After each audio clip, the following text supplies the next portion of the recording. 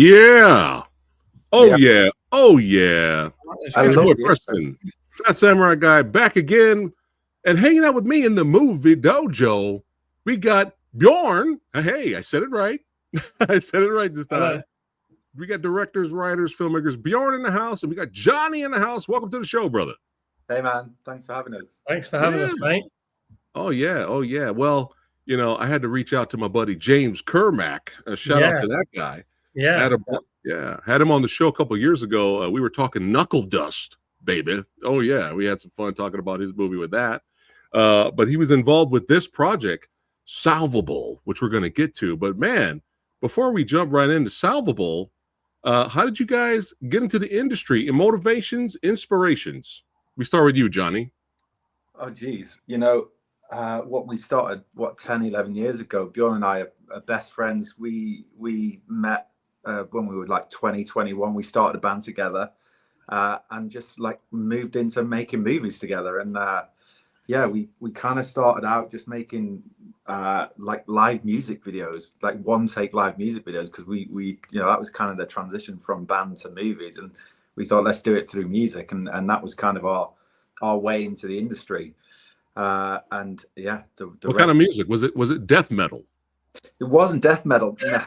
Oh, it was just like acoustic singer-songwriter stuff. It was the nice. It was the stuff we were kind of into as musicians and stuff we played as a band together. So we kind of just found a load of artists we loved to listen to and wanted to work with and approach them. And the next minute we're shooting kind of, you know, live music videos for them. And yeah, we kind of had a blast doing it. How cool. Bjorn. Hey, mate. Yeah, inspirations, motivations. Besides what Johnny just said, do you have anything to add to that? Well, yeah. To be honest, we have always been storytellers. Like Johnny said, we were in a band, and we were always trying to find a medium to tell stories. And at that time in our life, it was performing through music. And then we found our way into, like Johnny said, you know, holding a camera and doing all that stuff. But kind of goes way back before that, before we even met each other. When we were younger, Johnny used to make little VHS, I guess, like recreations of films with his brother and friends. Nice. And recreating versions of Karate Kid and whatever else you can think of. And for me, it's so funny. My version of that was I used to watch things like Home Alone. Nice. When I was younger, I didn't understand about writing scripts, so I didn't know what that was. But I used to watch things like Home Alone, pause it, write the dialogue, play, pause, and just try and write the whole thing. But not because I was trying to be a writer. It was more so I could memorize the lines. Basically, why I'm saying this is it all feeds into getting to a place in our adult life where we really wanted to make movies. We wanted to make films. It was in us for a long time.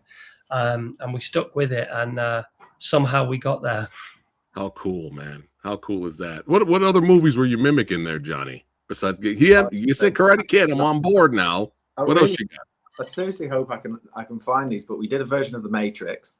Yes, which was, you know, had to be done. I was obsessed with that movie when it came out, and I remember, you know, the first time it came out on DVD and it had all the extras and stuff, and just in awe of the process of how that movie was made. Obviously, it's just, you know, one of the all-time greatest movies, but just the, I guess, groundbreaking, you know, techniques and stuff to, you know, the bullet time and etc. just, you know, blew me away. But yeah, we kind of borrowed my dad's 80s long trench coat.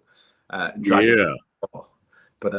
yeah. Were you breaking down the fight choreography moves? No, it wasn't that elaborate.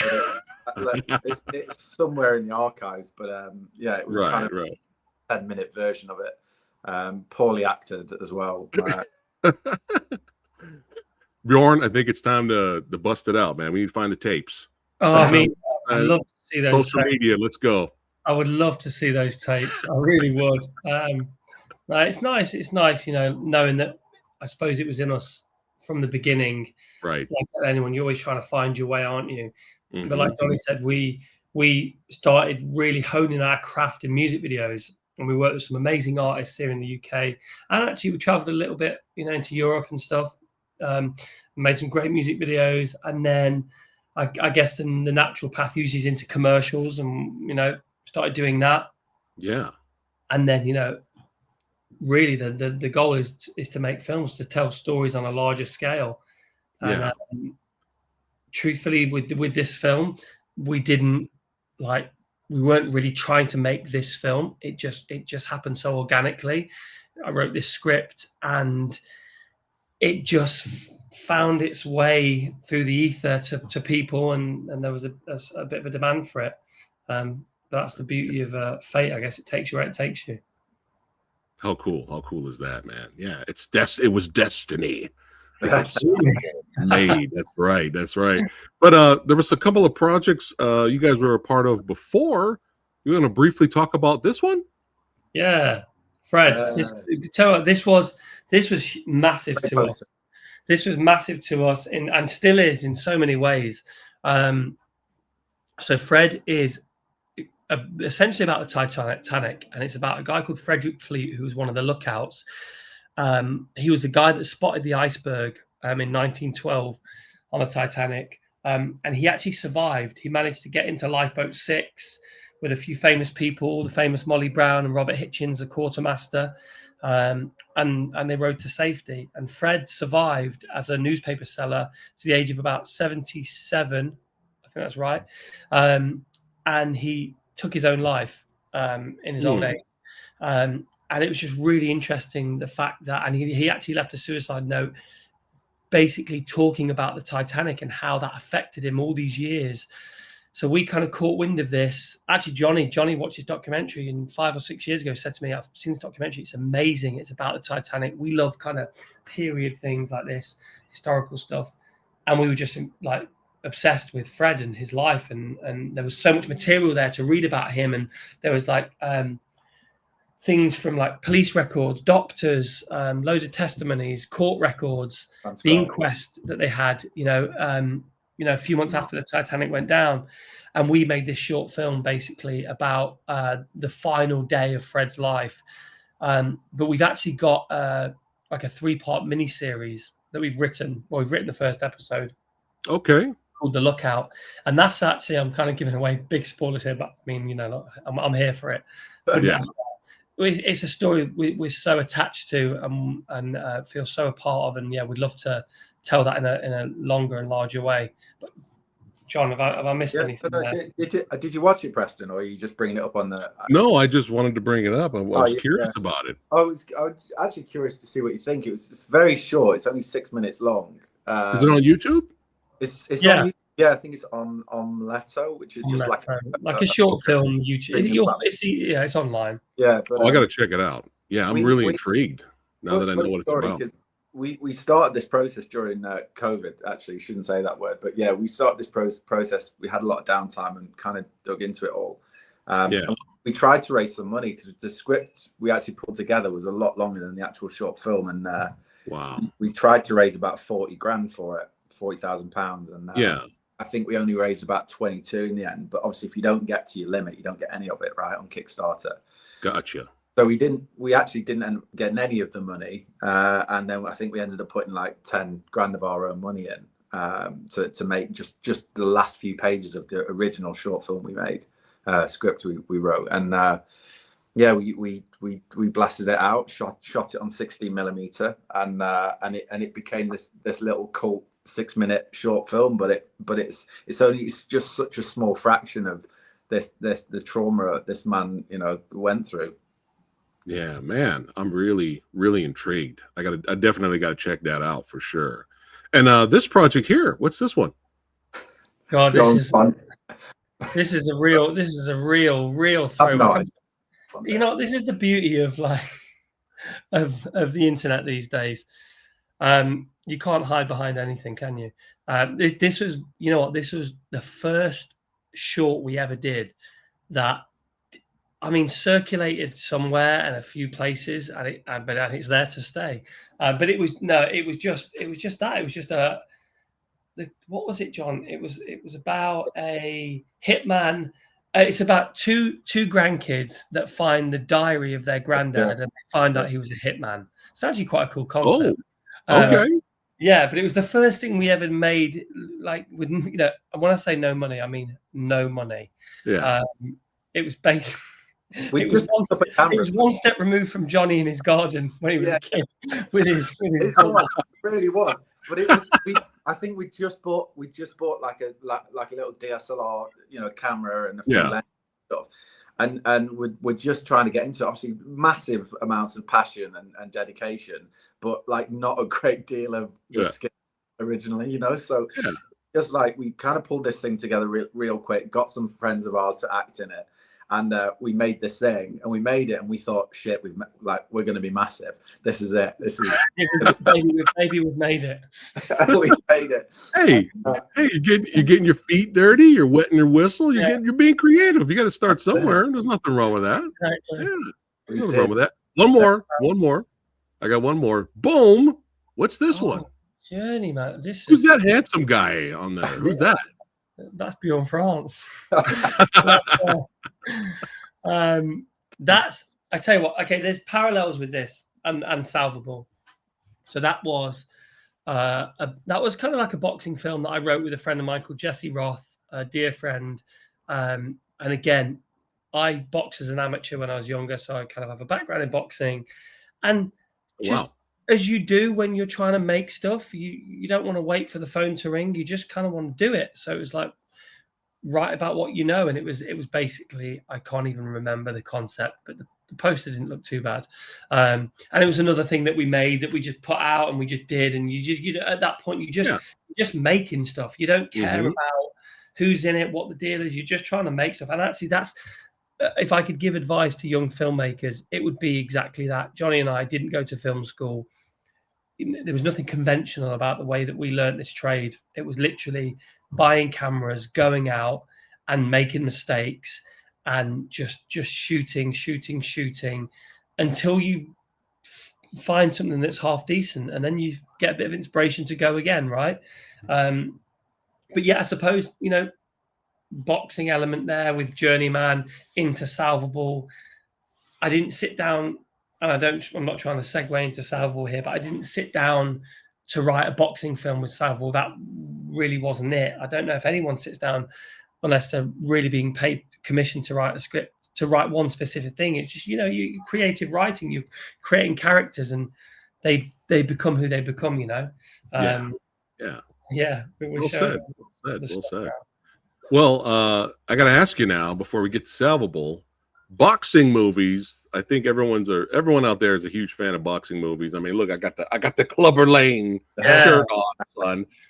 What's some of your favorite boxing movies? We'll start with Johnny. Listen, I was, again, the classic Rockies for me growing up. You know, it was you know, probably Rocky 3, Rocky 4 was the ultimate. But then as you grow through the ages and rewatch them, you realize that, you know, the Rocky one is up there with greatest boxing movies of all time, you know. Of course. Oh yeah. What about you, Bjorn?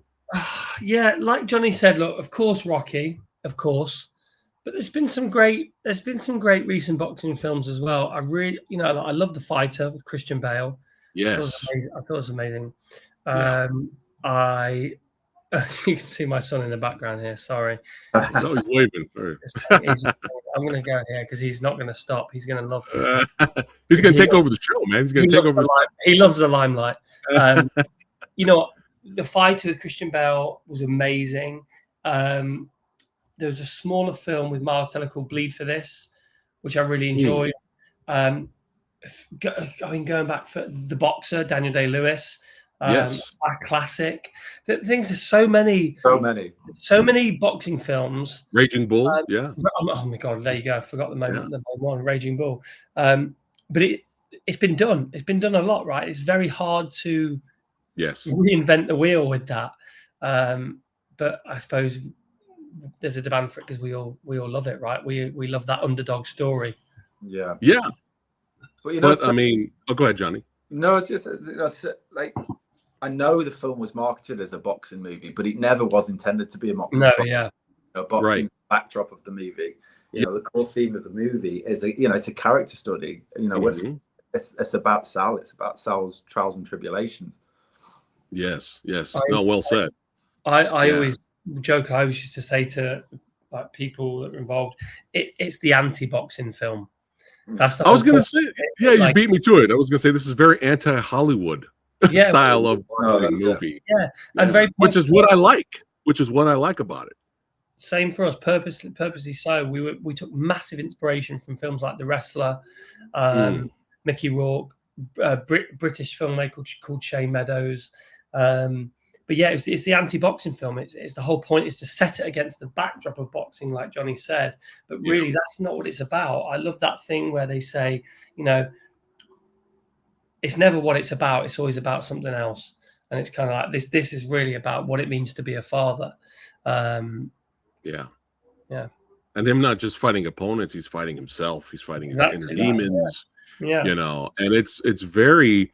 I know you said earlier, you know, there's so many boxing movies out there. It's hard to reinvent the wheel, but I think you guys kind of did in a way, because this felt so. I mean, it's cool to see the boxing and the fights and stuff. That's what brought me to the dance.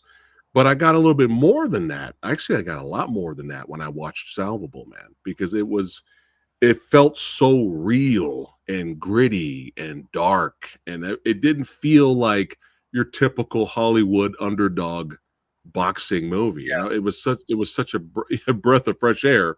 You know, depressing breath of fresh air. That's good. That's a good. Yeah, we wanted it again. We wanted that. We wanted it to feel like bleak and dark and heavy. Heavy was a word we kept coming back to. Charged. It feels like a very charged film. It's not supposed to be a happy ending. Like, do you know what I mean? Like, and I'm not giving anything away there. Like, we always just kept saying this phrase. We didn't want to like package it up and put a bow on it at the end. It was like, that's not real life. Sometimes things don't work out, and you just have to go, it didn't work out. Find a way to get back up and move on and go again. And it's kind of that, like, it's a very British working class mentality. Johnny and I come from very middle England towns, like where the town in the film is called Still, and it's basically where me and Johnny grew up. We didn't actually grow up on the coast. I wanted to set it on the coast because that somehow made it feel even more desolate. But it's kind of where we grew up and what we know. Yeah, copy that. Just well done, man. I really, really, really enjoyed it. So for the audience watching right now, let's have some fun. Let's do this reaction video style. I'm going to bring up the trailer. We can all watch it together. Give me a second here. And we got to show the trailer for everybody watching. Give me 1 second here. Here we go.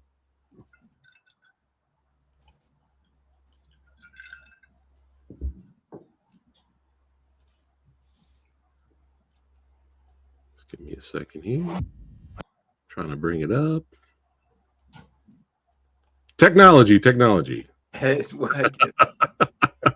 There we go. Trying to make it bigger, but I don't see the square here. Usually there's a square to make it bigger. That's weird. That's fine. All right, reaction video style. Let's go ahead and do this. Salvable trailer number 2. I actually have not seen this trailer. Let's check it out. When did you get out? A few months ago. You know me. Always had me ways. Well, everybody said you're still throwing punches, so I come speak to believers. Got a few things going, I can help you.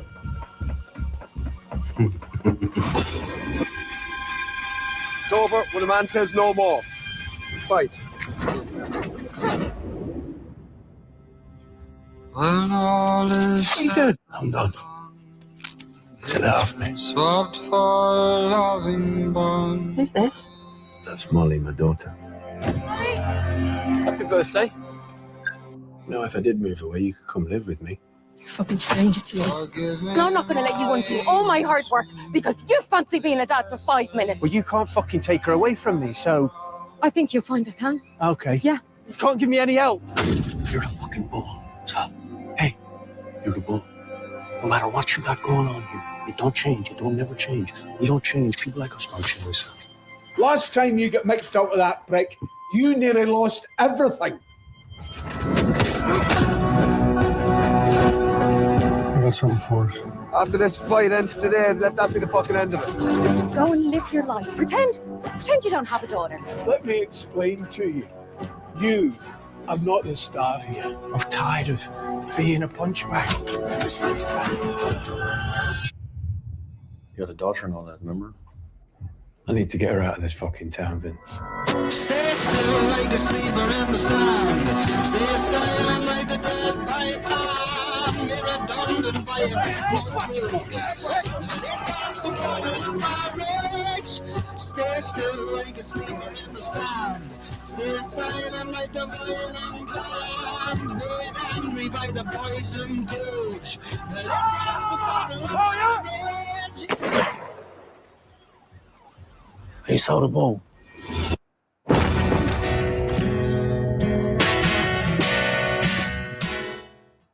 Man, were you guys able to see that? Yeah, Yeah. you did a little bit. Okay. I just want to make sure you're able to see that. Man, this trailer's way better. It's way better trailer. Yeah, I still don't know why I'm having issues blowing it up. So let me try something here. Phenomenal trailer. Oh, we're all the way from Germany. Nina Lusik is watching. What's up, Nina? Thanks for chiming in and watching us, man. Appreciate that. But yeah, powerful movie, powerful performances, powerful trailer. And I read a lot of comments and reviews and stuff, and people, that's like the main thing. People are like, dude, the performances are what's really drew us in to this movie, man. So good, so good. So let me try to see if I can bring it up again this time. Let's try it again here. It's so strange. Usually there's a way I can blow it up, but that's all right. YouTube's being stupid right now, but that's fine as long as we could see it. But yeah, by all means, let's watch it again and give you some feedback, commentary behind the scenes. Bjorn, how long did it take to make the movie? So how long did it take to make the film? We were on set in Wales for about 5-6 weeks, give or take. So yeah, it was pretty intense. Wow. We didn't have loads of time. Sometimes we were shooting 7 pages a day. This was a fun scene. I mean, we were going through all of it here, but the changing room scene, this was like, if you pause this here, this is a really good scene. We really just blocked this out. Like, obviously, this is in the script and very specific, but how Shire came in and how he interacted with Toby. We had an amazing production designer, Sabrina Linda, and our amazing DP, Simon Plunkett, just did a fantastic job here. And Sabrina brought this mirror in, and we were like, this is great. We can kind of shoot a 2-shot here without cutting around it and just pulling focus between Toby and Shire. And to be fair, there was a version where we were just going to stay in this whole shot for this whole scene. Yeah. And then we were like, no, okay, there's lots of other options here, but there's I just really love this frame. There's also a lion mural behind Shire, which was quite apt at the time because that was kind of how we wanted him to be perceived. And that from another great production design note was just, you know, little touches like that, just adding extra layers to the scene. We just never bloody shot the wide, so you can never see it. Yeah, this was a great scene, but it's kind of funny because at first, just for a split second, at first I was like, Shia LaBeouf's in his head. Shia LaBeouf's not real. Yeah. For like 1 second, just 1 second. Yeah. As soon as he shows up and he does this with his the horns. I was like, we got a fight club going on a little bit. Yeah, it's in his head, you know. But I was just goofing around there. But that's what I thought about for like 1 second. Yeah. But yeah, great scene right here, you know. And you could tell they had such a great friendship ever since they were kids. They were both young boxers, you know. But yeah, they had Toby and Shire have got a good friendship off screen as well. And okay. Known each other. That's how this came about. Toby actually knew Shire, and we were chatting to options for the character Vince, and nobody was quite right. And Toby mentioned Shire. He actually texted me and said, "What do you think about Shire?" And I was like, "Shire's amazing. Like we love him, of course, but like is he going to want to come and do this little film in the UK?" And he was like, "Well, I've known him for 10 years. We've been trying to work together for a long time. I think he'll love this script." And I was just like, "Send in the script." And And then I got a screenshot of Shire's message a few days later from Toby, and it said the script is fire. I'm in. And that was it. And then Shire that was it. He was on board. Yeah, he was really good in the movie. Both of them, great chemistry. Yeah. But we got the OG legend, James. Yeah. James is in here, man. That guy's great. And this is probably my favorite fight in the movie, because this whole sequence from beginning during the middle of it and the ending of it was so intense, man. Yeah. It's really, because you had no idea what was actually going to happen. Yeah. Well, we shot that whole build up in just one take. I don't know if that's something you actually noticed, because the camera works so good. But the actual build up to the fight, I think this is the angle where it breaks from the one take. The whole build up for the like 4 or 5 minutes or whatever it is just a single take. And Simon, our DP, you know, we rehearsed this scene all morning, and he just followed the action incredibly well, and it just managed to scale that intensity by just having that one take and that not being able to cut away from the action. So you're always within this kind of, you know, cooker. Yeah, this was really, really, really intense, because you literally had no idea what was going to happen with the guys on the side watching. You know, was somebody going to pull a gun out? What was, you know? Yeah. Even Toby's character said, you know, Sal, he's like, there's a machete over there. Yeah. Well, that scene, I don't know, good reference. Actually, might be worth talking through that, because it's a great reference from a documentary on YouTube. There was basically this whole scene, what you see here, there was a documentary made, I think it was 2010, and it was called Knuckle. You'll find it on YouTube, and I think it aired on Channel 4 in the UK. And it was basically about a filmmaker that followed a traveling community over the course of 10 years. And he would go back every few months and film, and he would film like their daily lives. And there was a guy called, John Quinn. And he was a bare knuckle fighter, and they used to follow him, and he would go and, you know, do these little fights, and they were never like these big spectacles. It was literally like a group of travelers would drive out to a field, meet the other group, exchange the money, and just have this fight, and then that was it. But it was like high stakes, seriously scary, seriously threatening, and I kind of Knuckle. I lifted that, like this scene from a scene in Knuckle where it was a similar sort of thing. A load of travelers just met this kind of space and had it out. And I just always thought that would be an amazing, tense moment in a film, and it found its way into Salvable. Oh yeah, and it was intense. And especially when, you know, you have Buff's character Vince. Yeah. Pretty much, you know, throughout the whole movie, he's pretty much acting like he's in control. He knows what he's doing. Yeah. Then it just goes off the rails with this scene right here, man. So, good stuff.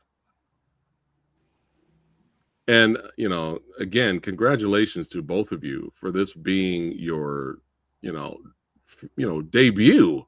Yeah.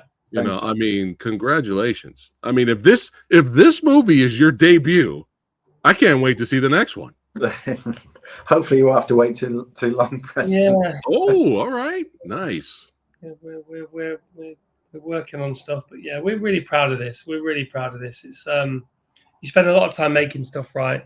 And not often when the thing is made, is it what you set out to make? Because it changes. It can change in so many different ways. This is one of the few things that this was the film we were trying to make. This was exactly it. Like it was perfect for where we were and where we are, and we can honestly stand behind this very tall and very proud of the people that we worked with, the performances that we captured, and the story that we told. Yes, and she did a great job too. She's incredible. Yeah, Keela, she's I think she's in the new. She's one of the leads in the new Conjuring movie. That's coming out soon. Really? Yeah, Oh, she's incredible, so professional as well, and such a lovely person to work with. Keela Lord Cassidy. She's going to be a big name in the future for certain. nice. Well, congrats to her. And that's her mum. And that's her mum, Elaine Cassidy, in real life, who plays Toby's wife. She's also a powerhouse of an actor. She's fantastic, and we really deeply connected with her, and she brought so much to the table for this film. Yeah. Again, everything felt real. Like what's stop great about fucking coming around. All right. Yeah. You fucked up our lives. Yeah. Get the fuck out of here. I'm calling the police. Go and call the police. I'll take them out. Oh, you're really calling the police? All right. Fuck you. Yeah. It's really realistic. Well, yeah. They invest so much in these characters, you know, and what's great is when they go to hash out in some of these scenes. Yeah. That they know their character story so well, it's hard for them to actually just stick to, you know, an argument in a script, because they know where they need to go. They know point A to point B, and actually just to be like, just get involved, get messy. Just if you need to improvise, if you want to, you know, take it away, just do it. And and it felt natural. You find some great magic when you work with great actors, because they also bring incredible ideas to the table. We gave them lots of freedom. Obviously, the script's really important. You need that. That's like Johnny said, it gets you from A to B. But we constantly were telling our actors, like, be free. Like, if you want to leave a line, if you want to carry one over, if you want to add one, if you want to save one, like, bring it. Like, let's see it. Like, we'll know if it feels good. We'll know if it doesn't feel good. And I mean, Toby led from the front with this. He was just fantastic. He's a fantastic improviser, and he does it in such a way where he still stays really true to the script, but he just tweaks little things and adds little bits and takes bits away. And it's, as they say, all great actors are great writers, and it's very true with this. Yes. Well, I mean, Toby's a fantastic actor. I've been a fan of his since Dead Man's Shoes. Yeah. That was really my introduction to him. And I was just like, this guy. Yeah. Watch out for this guy. But this scene right here, another great scene with Vince. It's like, we don't change. Yeah. We don't change. So good. Like, and Neenan says to put me in your next movie. Hey. Thank you, mate. We appreciate the support. Thanks for the plug. I can't do an accent, though. I have to talk normal. I would butcher a British accent. But yeah, back to this. And then there were as youngins there. But yeah, just so good, so powerful. There he goes. We don't change, man. Guys like us don't change. Shy is just amazing. He's another one like. We you know, actually what's so great about that, Preston, is like, because there is quite a bit of improvisation in the scenes, and it leans into the way we often shoot movies. We often shoot movies without filming many takes, without filming many angles, you know, and it lets us play a little bit more. So, like, for example, this scene, I think we shot this actual scene here in one take. Oh wow! Yeah, without the camera cutting. Again, the camera just follows them outside, and it's just. I didn't even notice. Yeah, this is the fluidity of the camera movement. Yeah, it keeps you constantly involved. It doesn't take you out. It doesn't cut to a wide. It doesn't cut to two mediums or whatever. You know, we stay involved. So we stay in a two shot. Then as Shia pulls away, you know, instinctively Simon, our DP, follows Shia, and then he comes back to Toby for the reaction. And it works so well because it feels a little messy sometimes, and actually you miss the line, but what you get is the reaction, and that fluidity of the camera. It just feels so organic, and that's what makes it feel so real.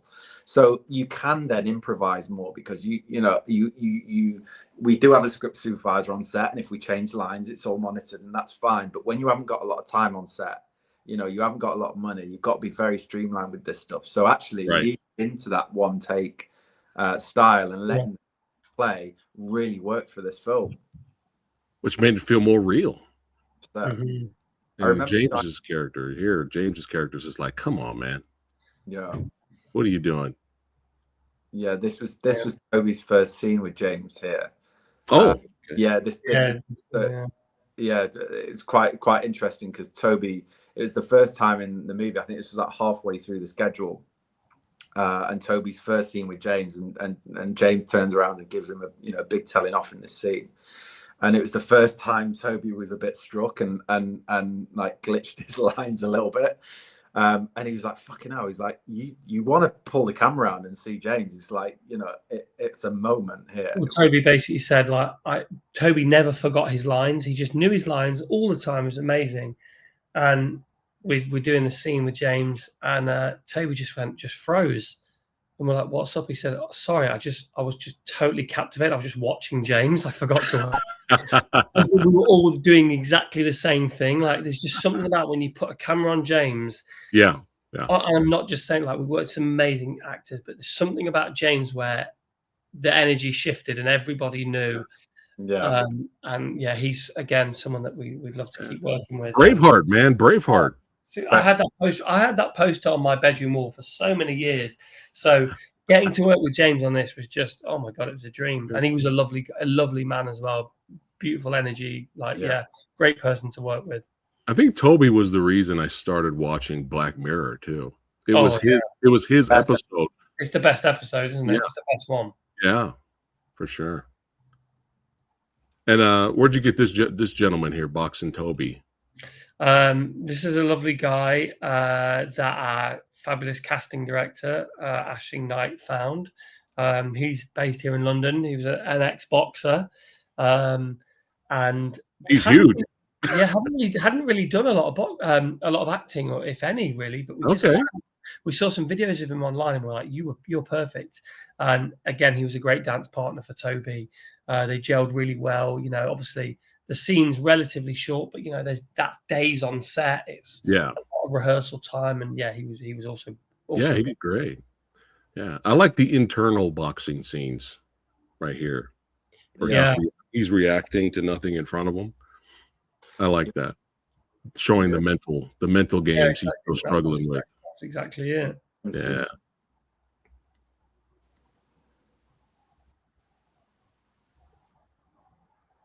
Yeah, I think you nailed it. I think both you guys nailed it, guy.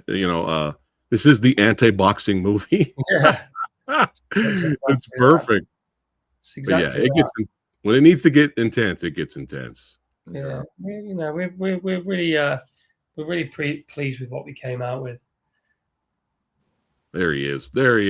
Yeah. James. Shout out to James, man. Yeah, James Cosmo, Watcher of the Wall. Lord Commander. But the cinematography is great in this movie too, man. Yeah. It's even though it's a very bleak, dark movie. Yeah, it's still kind of beautiful in a way. Again, like it was, we would have loved to have shot this on film, but sadly, just the budget and the time just didn't allow us to do it. So it was just one of those things where Simon managed to compress a lot on camera and wanted to achieve that sort of look, and working with Jamie Walsh, the colorist. We kind of pushed it and pulled it and tore it apart a bit and threw a load of grain on it and added nice halation and things, and kind of got somewhere close. Yeah, we were always looking at, like I mentioned, the Wrestler by Mickey Rourke, Darren. That was a real big reference for us. That was shot on 16mm. But it just, you're always following the action, very raw, very gritty. It's okay if someone falls into shadow. Mm-hmm. kind of just, we were really following that ethos. Yeah. I think the other bit of trivia here, I think Simon's lighting budget was less than he would have on a one-day commercial, on a one-day commercial shoot. So he had to really be smart with the the van of lights we had and the kit we had. But that shows how good he is. Do you know what I mean? Such little. A real test of what he did. He did an amazing job. And Simon's one of our, as we joke and we say he's in the starting 11 with Johnny and I. He's part of the team long term. We've been working with Simon on music videos, on commercials, and he'll be on our next one. And nice. Yeah. Long may that relationship continue.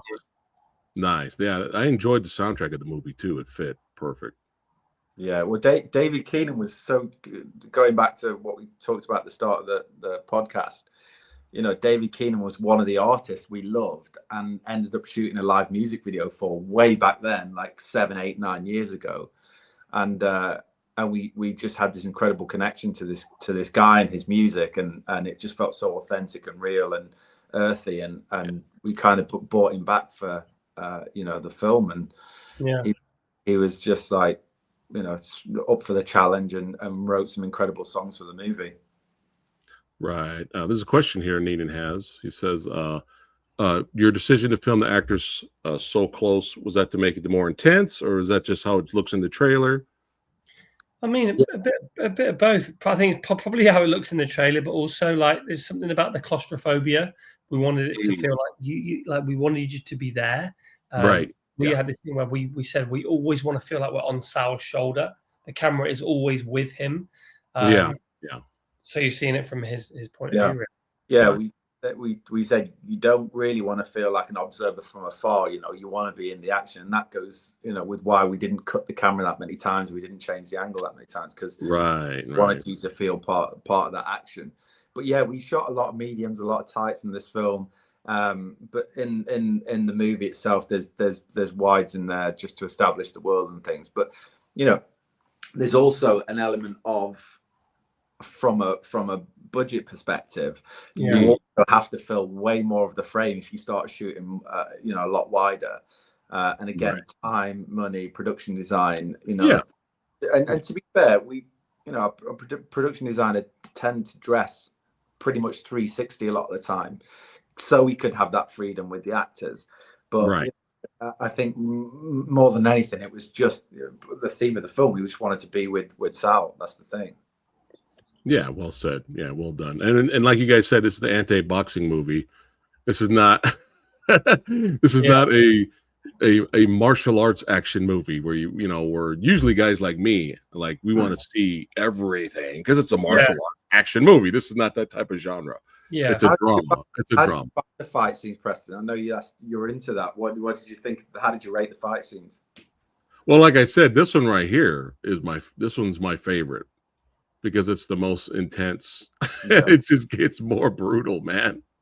Yeah, probably the bare knuckle one is my favorite. Yeah, that's my favorite one. There's a few punches in that bare knuckle fight that actually hit Tom Lee, the actor. Oh, really? Yeah, there's a couple of connects in the actual film. So which we got away with that. But you know, my favorite part of the fight was Toby headbutting the fist. Breaking the knuckles. That was great. Yeah, that was great. I was like, oh shit. Well, it was payback. He bit his ear, man. Yeah, true. It was payback. But yeah, still though, overall, a wonderful story, a very realistic feeling tale, you know, and life, man. Life is rough. Exactly. And you got to do what you can to get through it.